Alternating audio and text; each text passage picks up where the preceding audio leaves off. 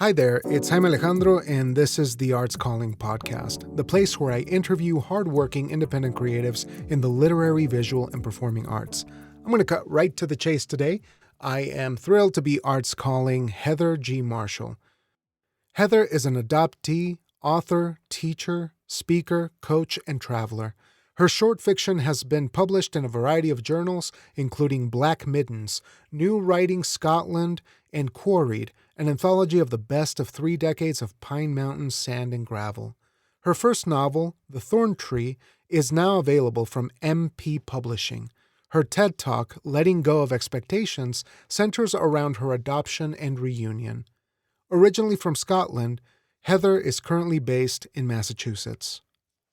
We had a delightful conversation very recently to talk about her new novel, When the Ocean Flies, and it is now available from Vine Leaves Press. This was an awesome conversation that I hope you enjoy as much as we did, and without further delay, let's give Heather a call.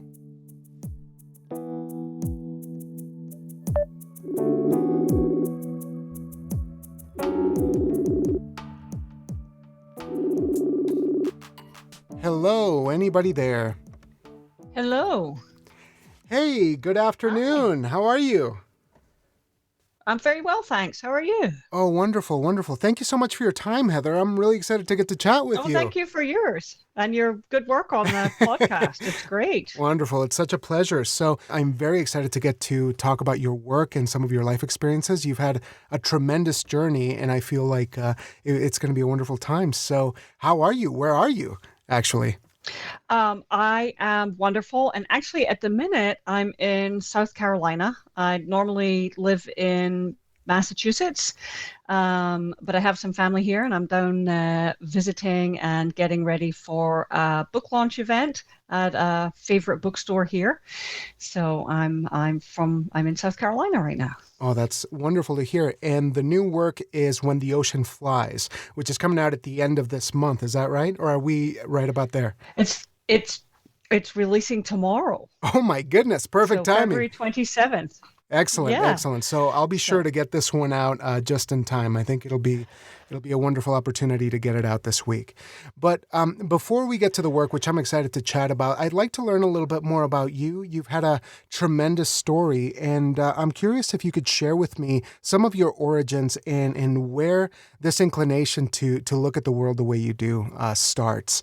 Could we go to the beginning, and maybe we could get a sense of what was growing up like for you? So I was born in Scotland and adopted in Scotland as well by Scottish parents, and did my growing up there. And then subsequently, the whole family emigrated to the United States. Lived here for a long time in the US. I have raised my own family here. Have children and grandchildren here. And in my 30s, I went on a little adventure to find my biological parents and found my natural mother and then my natural father, and got to know them. And I'm still in what we call in reunion with my biological mother and the rest of the family there, and knew my biological father for about 6 years until he died. And so that was all, well, as you can probably imagine, that was a life-changing event to be able to find them and connect with them and find family. And so that part of my biological history. So that's a very concise version of it. Right. I don't know if you were looking for something else in particular, This is absolutely wonderful because it sets the stage for the way that you see the world. And I had the pleasure of watching your TED Talk, which I feel kind of goes into some specifics of how your worldview of expectation has been set. And of course, your perspective as a writer might be able to clue us in a little bit more about how you've refined that perspective. So could you tell me when you began writing or what was What was sort of the association with writing when you were younger, and how has that changed over time? So when I was younger, I recall being, I must have been, I don't know, 8, 9, 10-ish, elementary school age. And I recall a friend and I, we were doing a book together. And we were children, so of course we were doing a children's book, and I was the writer and she was the artist for that book. I have absolutely no recollection of what the context, what the story was, anything. I just remember sort of rainy afternoons in my room, and me doing the writing bit and her doing the drawing bit. And so that all of that is just to say that I was attracted to writing and to language from a very young age. I used to either walk or take the bus into the library on Saturday mornings as a girl in elementary school, as like something fun to do. And I just loved being in the library and being around all those books and all the words. Yeah. And I always was attracted to not just the books, but the way that language works, different languages as well, and how people use language in, to connect or to disconnect as well. That I was just always fascinated with how language works for us as human beings. Right. That, like, the sound of it and the feel of it and all of that. And so I just so written language was just something that was always fascinating to me. Were there any? And my writing grew go out ahead. of that. Yeah. Yeah, no, so just my writing sort of grew out of that fascination with what you can do Yeah. with these 26 letters that were provided in the English language. What were some works at the time that you felt really inspired you, or some pieces at the time that really made you feel like you could pursue something like this, or maybe took you to a different world? So this is a little bit trite since I'm Scottish, but I liked the poetry of Robert Burns. Mostly, again, because of the language, because he was a poet who was writing in the way that Scottish people spoke. And so that was interesting, and also writing about just what was in his world. So not anything, didn't have to be anything, you didn't have to be a fancy person to write. You could just write about what's right there for you, and that's Right. engaging. And then I remember very early on really liking Ray Bradbury. Now, again, I would have been about 10 or 11, and then sort of followed what I would say is a very pedestrian trajectory. I read The Hobbit, like those imaginary worlds of Tolkien. And then as I got older, moved into obviously some different worlds and different works, and then writing became not just about the language, but about ways of seeing the world and portraying the world. Yeah. And like people like Michael Ondaatje has a marvelous way of seeing the world, and also is just a master of language. And then, more recently, authors like Sarah Waters, who's looking sort of back historically, and looking at like the Victorian time period or World War II, and different eras, and putting a different lens on them than what sort of a history book might tell you. What's the human side of that? Who are the other kinds of people that don't show up in history books? Right. It seems like there's perhaps an interest in taking a narrative and just finding your way into it. Maybe something that's already existing. Maybe some of those historical works.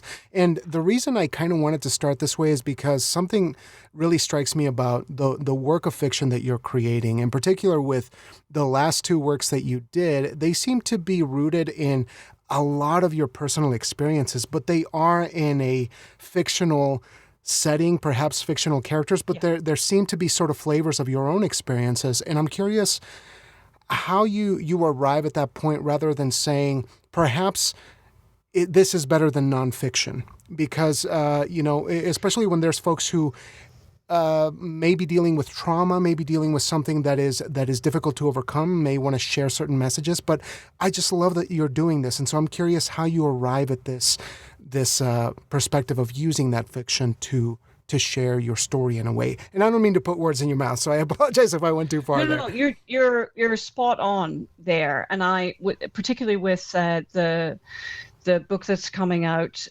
tomorrow, that's been a long journey for me, the writing of it. And I knew that I wanted to write about this experience of being adopted and being separated from the people that biologically I'm from, and also from being separated from the landscape that I'm from. I'm in my writing, I'd like to explore our connection to the natural environment. And I tried to write it as memoir, creative nonfiction. And what I realized along that path is that I did want to speak to and investigate some of my personal experiences, like those that I've just mentioned. But I wanted to explore something that was larger than my narrow experience. And I know that there are lots and lots of adoptees out in the world who are having this journey, so I wanted to explore that a little bit, and how the things that I've experienced in my life impacted my sense of identity. And as I was engaging with more and more adoptees, I realized a lot of the commonalities there. And I wanted also to look at the ancestral impact, and so it like intergenerational grief and separation.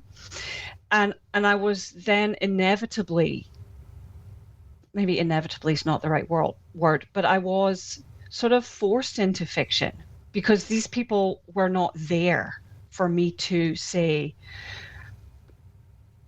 what was your experience of this? What is your grief? What is it? So I was then left to, if I wanted to continue to explore that, it was going to have to be fictional. And I did feel that was a critical thread in the story that I wanted to tell. And so that's why I sort of, one of the key reasons that I moved away from writing a memoir, doing something just non-fictional. Yeah, and just to make sure that folks know, this is your second book that came out. Is that correct? It is. That is correct. Yeah, so I had one that came out 10 years ago. I can't believe it's been 10 years, but it was called The Thorn Tree. And it came out 10 years ago. And one of the things that's in common with both books is that there's a significant older female character. And in both cases, those characters are completely fictitious, but they are born of my love of older women, which, and in my author's notes, I've sort of joked it's a good thing I like older women because the years are moving on. But I was brought up with my dad's mother, my paternal grandmother, had several sisters, and my mom's mother had a couple of sisters, and these women were significant in my childhood. And so even though the older female characters in my books are fictitious, they're based on sort of a deep love and admiration and respect that I have for what we gain as women, in particularly in the later years of our lives. Yeah, and it's great to see, because I feel that perhaps we don't get a lot of female protagonists who are I would say, more experienced, or perhaps up there in age and things like that. So it's really wonderful to see. Now, how do you arrive at putting these characters together in your latest work. What do you think is the bare essentials that we need to know about these characters before we go into this journey of When the Ocean Flies? So I think we need to know about the protagonist, Allison. So she's a woman in her 50s, and she's going through a divorce, and she's facing empty nest. She's got 4 children, and 3 of them are already grown and gone, and the youngest one is about to embark on her college journey. So she's a woman who's navigating some significant life changes, which a lot of us do. And so she gets the news that sort of starts the story that her biological father has died. So this is an added thing that then sort of forces or maybe brings to the fore faster than it otherwise would have come some decisions that she has to make about her life and some things she has to face. And then we have a series of letters from her grandmother, and this is a woman who is up in age, and she's lived a full life, and she's lived a good life, but she's also the holder of ancestral stories, and she feels, as she's writing these letters, increasingly that she has sort of held these stories within her, and she's sort of yearning for a place to make sure they live on with her. And of course, we have some other key people. We have the biological mother there as well in her journey, and then Vic, who's a friend of the protagonist, who's in Allison's life and then not, and then back in again, who's sort of had her own journey in the time that she and Allison have not been in touch, and we find all that out as well. Yeah, there's a lot of questions already in the story, which is wonderful to hear. So in terms of Allison as a protagonist for you, do you find it difficult to not make Allison an avatar of your own experience, or do you feel like she's a completely different human being with only traces of you? I don't mean to sort of conflate the two and say that she is you, but are there some parallels perhaps? I mean, there are in the if you look at sort of bones of the story in terms of this happened to me and that happened to me and this other thing happened to me. So the bones are there that are parallels. Mm-hmm. But I always think that an interesting thing happens, I think for all or most writers, and it definitely happens for me, that we might start working with a character and we have somebody in mind that we've met maybe, or a grouping of people, like, oh, I'd like to write about somebody who's like this person and that person. Mm-hmm. And then as I write into them, I find that they become themselves, if you will. Mm-hmm. So that then her reactions to things are not necessarily my reactions. In some ways they might be, but in other ways they're wildly different to the ways that I might respond. So even though we could say Allison is adopted, Heather is adopted, and there are some parallels in responses to that, she is her own person. So when I think of these people, when I think of Allison, I think of her as herself. When I think of Mary, the biological mother, she's not my mother. And I was a little bit anxious about that. Like, have I manufactured this in my head just to say, oh, this is definitely fiction? Mm. But I was talking to my biological mother has read the book and read earlier drafts. And we were talking about this very thing, about the close parallels and yet the fictional aspect of it. And I sort of said to her, well, the mother in the book is your mother, like if we were making parallels, right? And she said, well, that's absolutely not my mother. And so I thought, right, well, good, I've done it. That she's so clearly, her response is like, that's not my mom. Yeah, and So they just take on their own lives. absolutely, there seems to be so much so many opportunities for you to say this could be such an opportunity for me to just imbue everything that I have to give, everything that I feel emotionally about my personal experience. But perhaps that is the more liberating thing, is that it becomes a starting point for these characters to become themselves and to really thrive in their own Yes, world and things like that.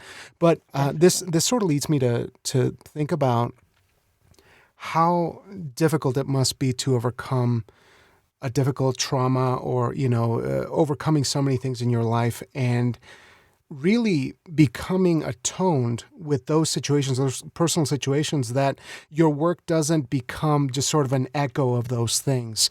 And I imagine that there's been a lot of work, and as you've mentioned, and I've read in the past, you are a coach. You're able to help work with writers and things like that. Maybe we can talk about that a little bit more. But in terms of your personal experiences, at what point did you feel comfortable writing about this stuff in a way that didn't feel just plain expository or like a venting process, and more of a like an artistic pursuit? Because I imagine that there was a lot of processing in terms of preparing emotionally to be at peace with things. There was a lot of processing. There was a lot of therapy. There was that. I believe in therapy. It's been good for me. A lot of facing of things, just looking at this is what happened to me, and then ultimately sort of taking responsibility and saying, well, yeah, that thing happened to me, and I could live there for the rest of my life with this bad thing happened to me, or I could figure out how I have a thriving life. Anyway, what do we do with that? How do we heal that? And I do think that writing about it has helped. As somebody who has always been drawn to writing into language, I journal regularly, and that's utterly separate to what I'm writing creatively, but it does help to clear, it helps to clear the space for that. And then I do think in the writing of this book that there was a period of time where it did become a little bit of a early on in the writing of it. There was it was sort of a venting thing. And I realized that I'd gone off track with what I wanted to do with the novel. And the other thing that I realized was that I could not proceed with the novel until I had cleared that space. So I basically just kept writing. I just kept going and going, and it was long until I felt that was spent. And then I was able to say, okay, so I've got these literally hundreds of pages. And now that's off to the side, done. And so that, and there was also therapy as part of that. And I also have I have a long-standing meditation practice, and several years ago I became a mindfulness teacher, and that practice, the awareness practice, was going on at the same, doing the writing and I'm doing the mindfulness at the same time. And what that's doing for me as a person is making me more aware of what's going on and what I haven't actually dealt with that I might have told myself I had or thought I had. And all of that is contributing to the clearing of space so that this work could be what I originally set it out to be. So I started it probably the nugget of it probably 14 years ago. Wow. And then I went away from it and I finished The Thorn Tree, which came out in 2014. And then I returned to it, realized that I wasn't ready. I didn't have enough distance from it. And I did all this hundreds of pages of writing and clearing and mindfulness. And then I went back to it again. And then I was ready to actually approach it. Yeah, and there's so many questions that I want to ask you because I want to go into a couple of different directions, but let me just ask you a question of practicality here in terms of structuring the story, because as you said, you had hundreds of pages that you were sifting through and going through. Did you already have a sense of the structure that this story was going to take, or do you work in a more organic sense where you just have to continue to create work and write as many scenes as possible, if you will, and then try to shape it after, or did you have a clear roadmap before you began? No, it's kind of funny because I feel like in my life I'm a really good planner, and I do like a roadmap in my life, and I like to have goals and things. Um, and in my writing, I am completely the opposite. It is all sit down, see what happens. Um, I had an instructor, a poet named Kathy Smith Bowers, when I was at Queen's University in their MFA program. And she said that she always starts with an image and she writes into the mystery. Mm. And that has been so resonant with me. And that's what I feel like I'm sitting down and I have an idea, and then I'm writing into the mystery. And that maybe sounds frustrating to people who are listening. Like, how do you do that? The mindfulness practice ties into that as well, I think, where you just take a deep breath and you're like, well, I am here this morning. It's usually in the morning. And I'm with, for instance, Allison. And I've started a scene. I know that she's on the coast, she's doing this, and then we're just going to type away, or the first drafts are always handwritten, and we're going to see what happens here. Some of it will stay, some of it will not. I did at a point in time, I had just a straight narrative. It was Allison, Allison, Allison, Allison, and I was like, well, this is awful. And the pages that turned into the epistolary section were sort of written from this third person point of view. And the whole thing was third person, and I turned it on its head, and I was like, right, we're going to do this whole thing first person. Then I was up against a conundrum with the epistolary section, because she couldn't write first person from her grandmother's point of view. And so it wasn't working. I think I redid 100 pages of it like that and thought, no. And then I thought, well, Heather, you don't have to be married to one point of view throughout the course of any particular work. And so then I arrived at the different points of view that are in the novel. So there's one that's past tense, sort of omniscient. There's one that's, and it's third person. There's one that's third person present tense with Allison. And then there are the letters from the grandmother, which are, wow, because they're letters, they're first person. And that was finally what I landed on after trying it on. So I basically write organically and then try to see how I can fit the whole thing together in a way that fits what I'm aiming for. Yeah. So between the time when you wrote your first one and this new work, how has your process changed in the way that you approach a novel? This is massive work that has to be undertaken, and I'm curious how your process has improved. Did you feel that it improved or changed over the years? I think it did improve, and I think the big shift for me is that I got much less attached to being on any sort of schedule. That the schedule part speaks to that. I like a plan in my life, but I think I got much less. I sort of came to the place where I was approaching the revision process in a much more playful way. So I have this body of text that I've written, this manuscript, And instead of it being, how do I make this good enough? How do I make this good enough? The approach was more, um, what can I do with this? What if I turn it this way? Then what happens? And without so much of and I need to have another book published by X number of years after the first one. Just like, I'm doing this because I love to do it. And I do hope that it reaches readers and it resonates with them and all of the things that we hope for books. But ultimately, there's as much joy in the sort of playing with the initial manuscript to see it's more like sort of opening a new toy and seeing like, well, what if I tried this with it? Then what would happen? And not feeling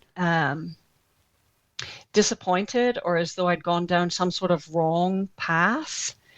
Like when I put it all in first person, I didn't feel like I'd gone down a wrong path. I felt that I had had an experience of it in this way, and it just wasn't what I wanted to do with it. And it led me to the next thing. And so approaching the writing process more as, yes, of course, I would like to have this be a book, but it's more the joy of the journey over the destination. Right. We're here on a ride, and we're going to see, we don't even know how long it is. We don't know how long it's going to take, but we're here to just explore what's under here and what we can find out from it. Yeah, and that really applies to the theory of your recent talk, which is this idea of letting go of the expectation. I think it blinds us so much as creative people that I'm curious if we could talk a bit more about how you arrived to find yourself as a coach and realizing that perhaps you have this notion and other messages to share with other folks like yourself, because you mentioned you work with writers, adoptees, teachers, and folks of that nature. If you could elaborate a little bit more, because I loved your TED Talk. I thought it was so eye-opening and really, I'm going to put it in the episode description so folks can check it out. But if you could share a little bit more about that angle of it and how it informs the creative process and the rest of your life. So I think that, I worked in education for a long time, and I just fairly recently left that career in education. And there's a lot about being a teacher. And I worked teaching teachers as well at a point in time. And so there's a lot about that that's very similar to coaching. And I think that what I was after, at any rate, and I think it is what good teachers are after. Yes, we're hitting standards and we're doing all that sort of stuff. But really, especially if you're teaching in the humanities, and not exclusive to the humanities, but you're in a way coaching young people sort of into themselves to draw out their goodness, what their talents are, to figure out who they are. I was teaching the last 8 years, I was teaching high school. So that's a lot about figuring out who you are. It's all about identity and trying on different things and what your talents are and what your aspirations are. So I think there's a strong parallel there to coaching. And then I was actually getting some adoptees, some of whom had found the TED Talk, who were emailing me and saying, okay, great, let go of expectations. And how precisely do you propose that I do that? And so that sort of turned on the, okay, well, maybe I do have something that, and some skills and just things that I've learned on my own journey that are worth coaching people with, helping people through. And so that's kind of where that started. It was really from other people sort of saying, can you help me access this? That I sort of thought, well, yes, I think I can actually help you access that. Whether it's going further with what you want to do with writing, or, a lot for teachers is really about keeping your head on, keeping your sanity, keeping your boundaries, keeping yourself going while you're giving so much to young people all day, every day. And then, for adoptees, like having people contact me and say things like, well, I saw your TED talk and I've found my biological mother, and she just isn't doing the reunion the way I want her to do the reunion. And I don't know what to do about that. And so a lot of that is sort of coaching through that letting go of expectation process. That's not to say that we then become doormats, but having a better way of navigating that so that we're not constantly frustrated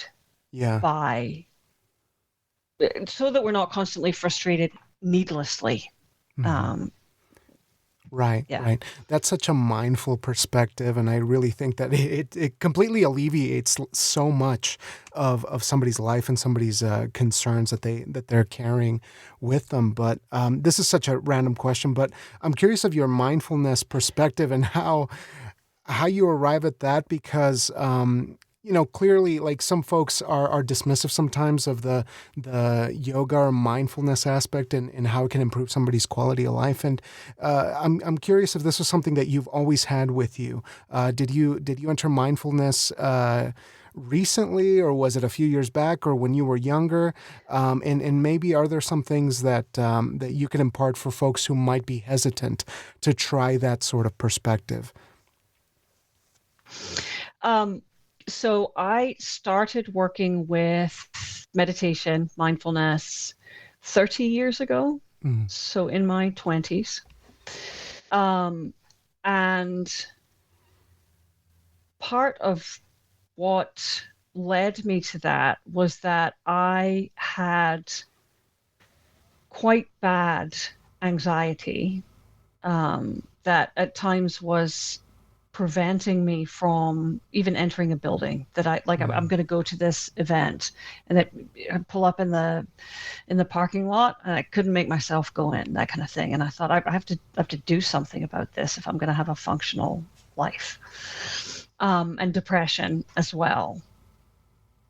And so that there was, and I do want to say this to people, that if you're recovering from trauma, you would want someone with you as you embark on a mindfulness practice. I know that we get a lot in the media around us today about mindfulness is going to make you calm. I think that's sort of a sell point. If you take 3 breaths, you'll be calm. That's probably true most of the time. It's helpful. Breathing is helpful, and there's some physiology behind that. But ultimately, if you're embarking on a deep mindfulness practice, it's going to lead you to the things that you've been avoiding. And that's why I say if you're recovering from trauma, you would want a therapist or somebody else there with you to help you through it, because it's going to eventually throw all the undigested business back up at you. And if you keep going with it, it is going to provide you with a tool to heal from and navigate that. And so I've had a long journey with mindfulness and meditation, and for me, it has been very healing, and it is definitely a tool for me that has allowed, and that still allows me to notice, when some of that stuff, I think if we have traumatic events in our lives, we do heal from them, but then there are points like any sort of grief. You have a death and you do heal from it, and then 10 years down the road, something comes up, some small thing, sometimes a smell, a sound, and it just takes you right back, and it brings you right back there. And so mindfulness is a way of noticing that and being able to hold it and move through it instead of pushing it away, if that makes any sense. So that it's not so much like buffering in the background and running the show. I feel safer being aware of it and saying, oh, hi, oh, you're here. Okay, well, let's see what's going on here, and let's sit with it. And that's an oversimplification, but Sure. But it's such yeah. a Did that answer the question, or did yeah, I yeah. veer away? I just love hearing you talk about this because as I watched your TED talk, there was this beautiful phrase that you used, something to the effect of sitting in the reality that you're in, and understanding that whatever it is that you're experiencing or you're feeling, the bravest thing you can do is just confront it, just even acknowledge it, and really let it guide you towards some kind of reconciliation, whether it's in the moment or more of a long-term thing. And I just really adored that. And I think it's so liberating. That is true liberation, is whatever concern you have, like to really work toward accepting that in some way, and finding strength to use it to some benefit, I think is so powerful. Yeah. But as you, obviously this is about to make it into the world. When the Ocean Flies, this novel is on the verge of, we're on the eve of the release We here. are on the eve. And I'm curious what feelings you're left with as this is about to go into the world, and what is your expectation? How are you going against it? And what is it that you're working through right now? So there's a lot, and I want to say first that I'm really grateful here for you and also for the questions that you've asked me tonight, because some of them have been the questions that I've been worried about. Like, what are people going to think? They're going to say, well, this is actually a memoir. And she's not fictionalized anything. And so having the opportunity to talk about that is absolutely wonderful. I know that it is a look at the adoptee experience that is not what the sort of common narrative about adoption is, particularly in America. I think it's the narrative around adoption often is that it's a happy, loving solution, and it can be. I'm not saying that there isn't any love involved in it, not at all, but just that this is a look at experiences that adoptees have of that separation and the identity loss and the biology loss and the ancestry and all of that. And so it's that look, and I'm hopeful that readers will resonate with it, and readers who don't have any involvement with adoption will sort of take that as okay, this is another lens at this, right? Also hopeful that adoptees who are reading it will find some resonance with it and feel sort of seen, if you will, in their own experience. Of course, I have hopes that it will do well in the world and be received well. We all do with our art, and I think grappling with it as those of us who have children sort of grapple with. It's a bit of a trite analogy, the whole child thing, but in many ways it's accurate. This is going out in the world, and it's not mine anymore. I mean, it is mine. Obviously, I wrote it. But the novel then enters into relationship with whomever is reading it. And so the sort of heart work that I'm doing with myself is just to allow that and to recognize that not everybody will love it. and to hope that, because that's true of any work. Yeah. Yeah. Um, and just to hope that it does some good in the world and that people do connect with and love Alison and Ailey and Vic and Mary,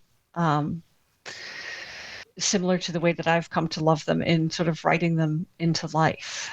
So that's kind of where I am with it now, and I feel that I've I've done a lot of work, internal work, in the lead up to this to sort of prepare for these conversations where people are saying, okay, you're adopted and you had this experience, and what's fiction and what's not fiction, and just what's your take on this. And I feel that I think I'm ready for us to go out in the world. That's beautiful to hear, and I'm very grateful for your time and for allowing me to kind of prod away at the work that you've been working so diligently on, and you've been pouring so much of yourself into, but also not, because this is not just you. It is these are their own characters, right? And no, it's much bigger. Yeah, that's right. But I have one more question to be mindful of your time here, and I got to say, Heather, this has been such a pleasure, and I'm so thrilled that we got a chance to do this just before the book came out, and I'll be sure to get it out this week. If I may, I'm curious what's on the horizon for you, what you're looking to do in terms of the next project. I know it's very, very early to talk about the next project, but just if there's any inkling of what the future holds for you, I'd love to hear it. So at the moment, I am working on. I am actually working on some nonfiction, some essays, to speak more directly to adoptees in terms of the healing process, if you will, in the hopes that I can put some more practical ideas and tools out into the world that will help adoptees be able to face all the feelings that they have and realize that they can be whole, happy, thriving human beings despite the separation. So I'm working on that. And then I'm actually toying with and I've started writing a little bit. So there's I don't want to give too much away about the book, but there is the paternal grandmother in the book is not a particularly nice woman. She's certainly not portrayed as being a particularly nice woman in the book. And as I was thinking about what to write next, I was in a bit of a drought, and what I landed on is it's her. And so I've actually started writing a book that begins in her childhood in the early 20th century in England, and I'm following that along. And as we do when we are writers who are the kinds of writers who don't have a plan, I already have some other characters who've entered that who are not at all in When the Ocean Flies.